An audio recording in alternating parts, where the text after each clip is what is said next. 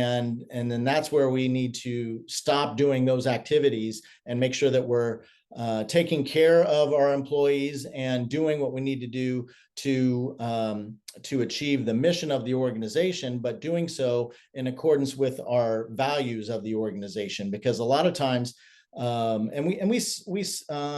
an example, you saw this with the Rampart scandal out of LAPD in the 1990s. You had these police officers in their crash unit, which were really fighting those really tough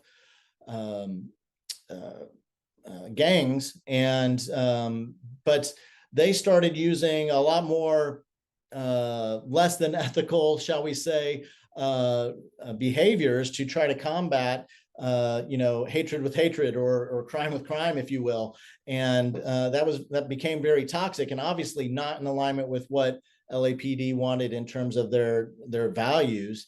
But it just became, hey, we're being effective. We're planting evidence, so we're getting this known criminal off the street, and so forth. And that's not a good thing. We need, ethical behavior is a part of the healthy side of leadership, and unethical behavior is part of that toxic leadership. And so that LAPD Rampart scandal really ended up in bad things for LAPD. 70 officers lost.